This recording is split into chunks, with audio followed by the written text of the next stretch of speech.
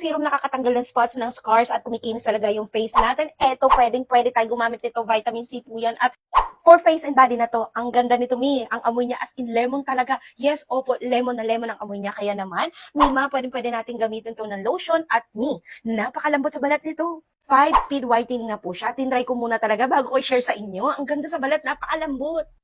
At grabe, napaka-moisture, ang dami pang laman. Siyempre, papakita ko sa inyo, ganyan po yung laman niya o ganyan natin i-applyan at ilalagay natin dito, paano i-apply. Pagkatapos mo maligo, mag-a-apply ka nito sa face mo, sa buong mong katawan, as in, mahalimuyak yung amoy. OMG, ito yung nagugustuhan ko guys, yung amoy niya, mild lang. Tapos, as in, mabango siya guys, pero mild lang. So, ayan, ganyan siya mga Mi. For face and body serum po ito. Nakakatanggal po ito, Mima, ng scars kasi nga nakaka-brighten siya ng skin natin. So, syempre, mag-fade unti-unti yung skin nyo nito. Kasi guys, nakapag-apply or may nagamit na akong serum for face and body noon. At yes, pure niacinamide po yun siya guys. And eto naman guys, for vitamin C face and body, galing po ito kay Dr. Minier. Tama ba? Ayan, basahin nyo. Tama ba yung pagkakabigkas ko? At 500 ml na po siya. Maraming laman. At guys, marami po kayong pagpipilian nito kung ano yung gusto nyong flavor. Flavor ba?